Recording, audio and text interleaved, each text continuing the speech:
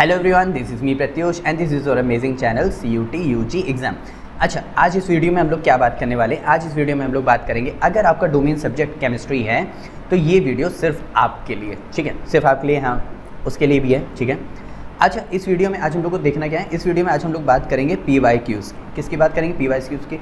अच्छा, इससे पहले ही PYQ का एक पार्ट 1 बना हुआ है, मतलब उसमें एक सेट 1 किया गया है PYQs का। अच्छा, सेट 1 के हिसाब से सॉल्व कर रहे हैं, मतलब सेट 1, सेट 2, सेट 3, तो ऐसे कई सारे PYQs हो जाएंगे, तो आप लोग को और भी ज़्यादा हेल्पफुल होगा। जितने ज़्यादा क्वेश्चन लगोगे उतनी ज़्यादा तैयारी मजबूत होगी। तो अगर वो वीडियो नहीं देखा है तो मैं उसका लिंक नीचे डिस्क्रिप्शन बॉक्स में दे दूँगा, या फिर अभी जाओ तो ऊपर सर्च करो CUT UG exam PYQ set 1, ठीक है। अब चलो स्टार्ट करते हैं, इसका सेट 2 की बात करते हैं आज। अच्छा, यहाँ पे क्या कह रहा है? In case of phosphorus PCl3 and PCl5 are possible while nitrogen only form NCl3 and NCl5।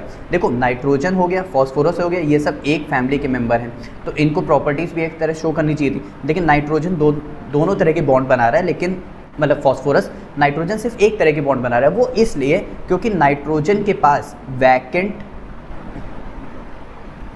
d orbitals हैं। अब वैकेंट d ऑर्बिटल्स है तो खुद बताओ, जब उसके पास घर में जगह ही नहीं है तो और इलेक्ट्रॉन कहाँ से लाएगा? जब और इलेक्ट्रॉन उसके पास आ ही नहीं सकते हैं, तो इसीलिए वो n नाइट्रोजन की वैलेंसी कितनी होती है? 3-, तो इसीलिए वो 3 बॉन्ड बनाता है, इसके अलावा बॉन्ड नहीं बना सकता है। तो यहाँ पे आंसर देखते हैं, no vacant d orbital is available for nitrogen and it can not promote its 2s electron to higher energy orbitals. Only 3 orbitals are available for bonding and it cannot expand its octet, hence NCl5 is not possible। अच्छा देखो, जिन बच्चों को मान लेते हैं कुछ theory part भी पढ़ना है, या फिर कह सकते हैं कि जो बच्चे सिर्फ एक क्वेश्चन के जरिए भी सर्च कर रहे हैं, तो उनके लिए भी मैंने थ्योरी पार्ट लिख रखा है, तो वो भी यहाँ से ऐसे देख सकते हैं, ठीक है। नेक्स्ट क्वेश्चन की बात करते हैं। यहाँ पे कह रहा है the standard reduction potential for S4 से S2 जा रहा है, ठीक है, यानी रिडक्शन हो रहा है। उसका इलेक्ट्रोड पोटेंशियल इतना दे रखा हुआ है, सेम एज CR का दे रखा हुआ है। तो वो कह रहा है कि यहाँ से इसका करेक्टली रिप्रेजेंटेशन क्या होगा? सॉल्ट ब्रिज के साथ, ठीक है। तो उसने हमें कुछ दे रखे हुए, तो हमारा करेक्ट कौन सा है? CR से CR3+ और 4 से 2+। क्यों? क्योंकि जो हमारा CR3+ है वो एनोड पे रहता है, और एनोड पे क्या होता है? ऑक्सीडेशन। ऑक्सीडेशन में क्या होता है? लॉस ऑफ इलेक्ट्रॉन होता है। तो CR से वो चला जाएगा CR3+, इलेक्ट्रॉन लॉस होगा। अब यहाँ पे जो इसका साइन है ना, माइनस का 0.74, तो जब हम चेंज कर रहे हैं इसका प्लस से माइनस, मतलब सॉरी, इसका हम चेंज कर रहे हैं कैथोड से एनोड, तो इसका साइन भी चेंज हो जाएगा। तो साइन चेंज होने की वजह से ये प्लस 0.74 हो जाएगा और प्लस 0.15 हो जाएगा, इस तरह। तो यहाँ पे हो जाएगा 9 और यहाँ पे हो जाएगा 8, यानी 0.89 वोल्ट हो जाएगा, ठीक है। तो ऑप्शन नंबर मेरे पास क्या है? ऑप्शन नंबर 3 यानी C is correct. Next question की बात करते हैं। अमोनिया इज मैन्युफैक्चर्ड, अमोनिया की रिएक्शन दी हुई है। देखो, अमोनिया प्रोसेस कौन सा है? हैबर प्रोसेस है। कौन सा प्रोसेस? हैबर प्रोसेस की बात कर रहे हैं। तो अगर आप लोग ने हैबर प्रोसेस पता होगा तो आपको स्टेप अगर याद होंगे तो ईजिली हो जाएगा। हमारा स्टेप इसमें ध्यान रखना, हमेशा स्टेप इसका क्या कहते हैं? CBAD। CBAD का फॉर्म मतलब क्या रहेगा? पहले कंप्रेशन होता है, सारी मिक्सिंग ऑफ गैसेज होती हैं, नाइट्रोजन और हाइड्रोजन होता है, फिर वो मिक्सिंग में जाता है, फिर कैटलिस्ट के थ्रू आगे प्रोसेस होता है। तो यहाँ पे ध्यान देते हैं, B हमारा क्या है? B यहाँ पे passing of mixture of over catalyst होता है, फिर हमारा A condenser of mixture of gases होता है, फिर हमारा D recirculation of gases mixture होता है, ठीक है। तो ये कुछ स्टेप थी, ये अगर आप लोग ने वो थ्योरी पार्ट पढ़ा होगा तो आपको ऐसे ही पता चल जाएगा। अब यहाँ पे बात करते हैं, यहाँ पे कह रहा है कि हमको मैच दो कॉलम यहाँ से मैच करना है। ये हमारा जो KH वैल्यू और जो KR वैल्यू, अच्छा KH क्या होता है? हमारा हेनरीज कांस्टेंट होता है। क्या होता है? Henrys constant. तो जितना ज़्यादा हेनरीज कांस्टेंट होता है उतनी ज़्यादा सॉल्युबिलिटी कम होती है। तो यहाँ से सबसे ज़्यादा देखो किसका दे रखा हुआ है? यहाँ से 145 किसका होगा? हीलियम गैस का, क्योंकि वो तो स्टेबल होती है। तो इसलिए हमको पता चल गया A का सेकंड। अब देखो A का सेकंड है किसमें? 1 में है, 3rd में है, ठीक है, हमको यहाँ तक पता चल गया। फिर उसके बाद जो 89 है वो हमारा 89 होता है नाइट्रोजन का 303 केल्विन। किस पे होता है? ध्यान देना, नाइट्रोजन का 303 है, 293 है, तो कोई दोनों खास कर ध्यान रखना, ठीक है।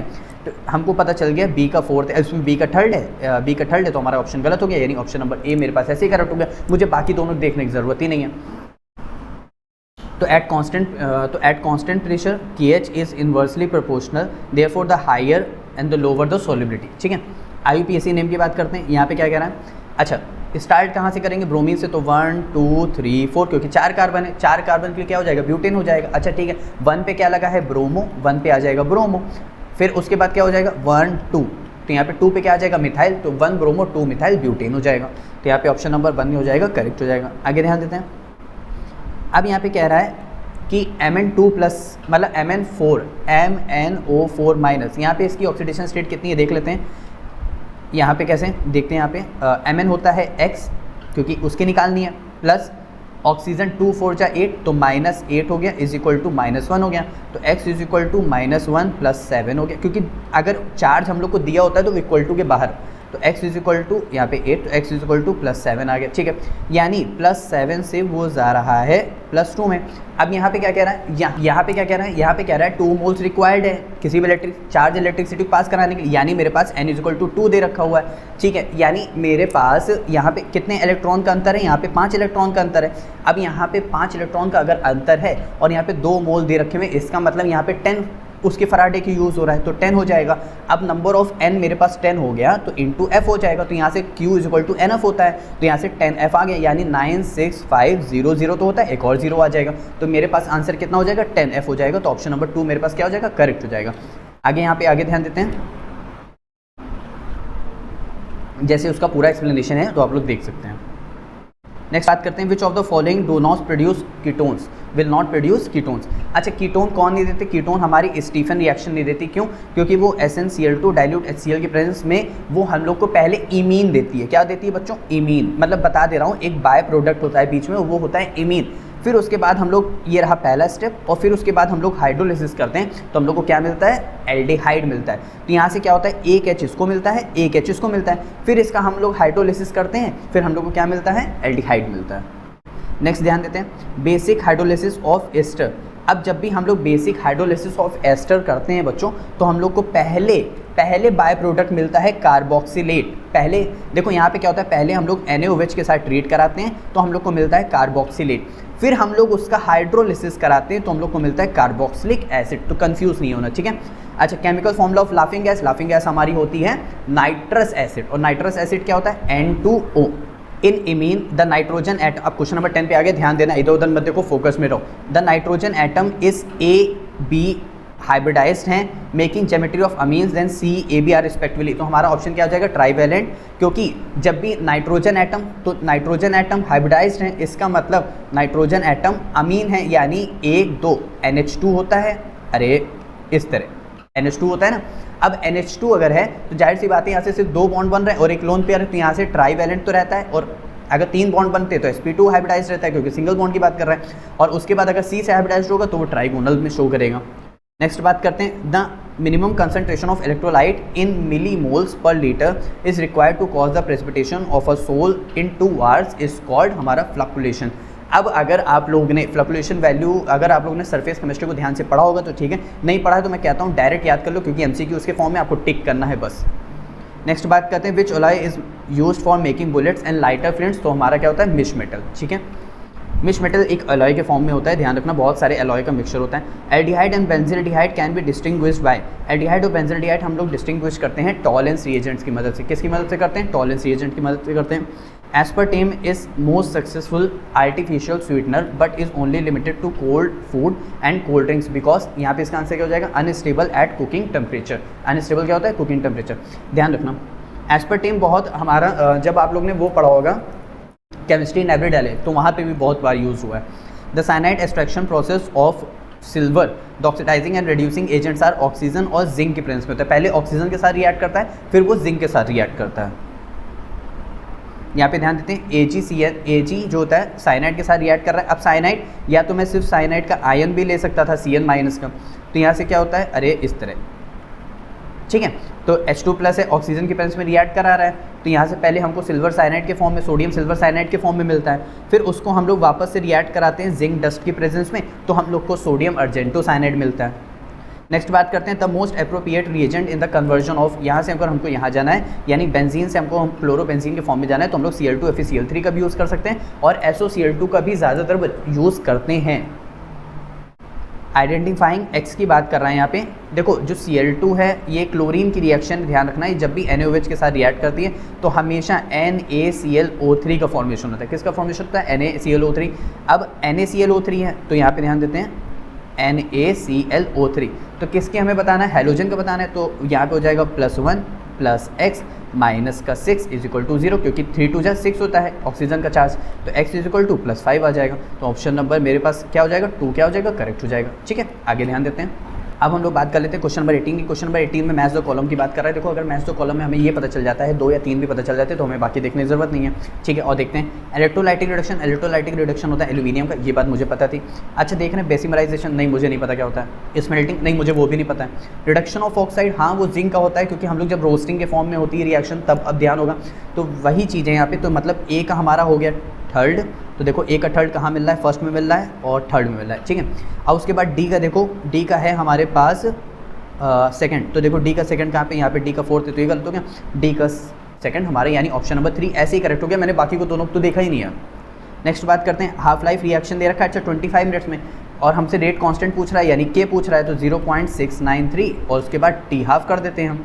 टी हाफ कर दिया तो उसमें हमने टी हाफ की वैल्यू हमको 25 मिनट्स हम लोग को दे रखी, तो हमने डायरेक्ट इसका आंसर निकाल दिया। ठीक है, नेक्स्ट बात करते हैं, the oxy acids of sulphur has a lone pair on sulphur. ध्यान रखना, तो हमारा इसका किसका होता है, H2SO3। अच्छा H2SO4 sulphuric acid, H2SO3 sulphurous acid.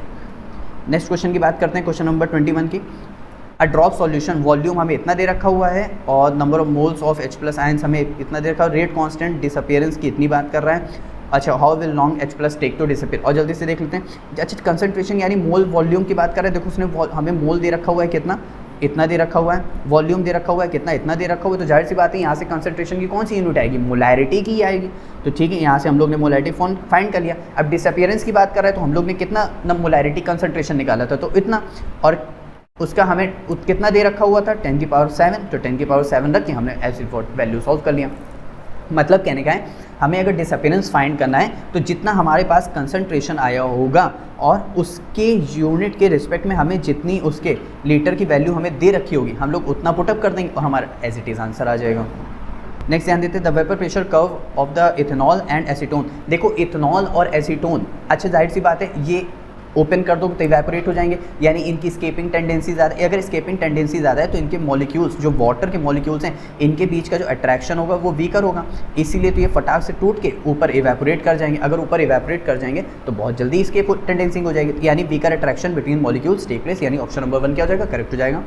Which of the following is not expression of Dalton partial pressure. Dalton partial pressure अगर आप लोग ने थोड़ा सा भी क्या कहते हैं, अगर आप लोग ने सॉल्यूशन पढ़ा होगा तो जब वहाँ पे राउट्स लॉ पढ़ाते हैं relative lowering of vapour pressure, तो उससे पहले एक बार डाल्टन्स लॉ जरूर बताया जाता है, अगर आप लोग ने देखा है तो वहाँ पे हमारा एक्सप्रेशन इसका जो करेक्ट नहीं है वो कौन सा करेक्ट नहीं है, P0 और X1, ये हमारा उसमें आ जाता है, किसमें, ये हमारा कॉलिगेटिव प्रॉपर्टी RLVP में आ जाता है। The compound form hexagonal close pack structure, what is the tetrahedral voids. अरे बहुत सिंपल है, देखो हमें क्लोज पैक स्ट्रक्चर का हमें इतना दे रखा हुआ है, ठीक है। अब यहाँ पे ध्यान देते हैं, क्लोज पैक स्ट्रक्चर का हमें जब भी फॉर्मूला होता है तो हम लोग 0.1 इंटू एवोगैड्रो नंबर करते हैं। इससे क्या होता है, हमें नंबर ऑफ पार्टिकल्स पता चलते हैं। अब क्योंकि हमें number of particles tetrahedral voids ही बताने, तो हमने इसको इनटू कर दिया, तो हमारे पास कितना आ गया, हमारे पास इतना आ गया। अब नंबर ऑफ टेट्राहेड्रल वॉइड्स बतानी तो वो 2n कर देते हैं, तो 2 into number of close pack structure कर देते हैं। तो जितना हम लोग ने उसके पार्टिकल्स के फॉर्म में निकाला तो उसको 2 से मल्टीप्लाई कर दिया, हमारा एज इट इज आंसर आ गया। मतलब कहने का इधर उधर मत देखो फोकस रहो, थोड़ा सा बच्चे यहाँ पे फोकस खो देते हैं। देखो मतलब कहने का है कि अगर हम लोग ने यहाँ पे ध्यान देते हैं, एक सेकंड, हाँ, जो क्लोज पैक स्ट्रक्चर है हम लोग उसके पार्टिकल्स की बात कर रहे हैं, तो इतना तो हमें मोल के हिसाब से दिया। अगर हमें पार्टिकल में निकलना है तो हम लोग ने एवोगैड्रो नंबर से मल्टीप्लाई किया। अब टेट्राहेड्रल वॉइड क्या होता है, वो 2n होता है, तो n हमारा ये था, हम लोग ने पूरा फाइंड किया तो उसकी वैल्यू फॉरवर्ड रख दी। नेक्स्ट क्वेश्चन 25 की बात करते हैं, which of the following coagulating value maximum की बात कर रहे हैं, तो हमारा किस में होता है, Na3PO4।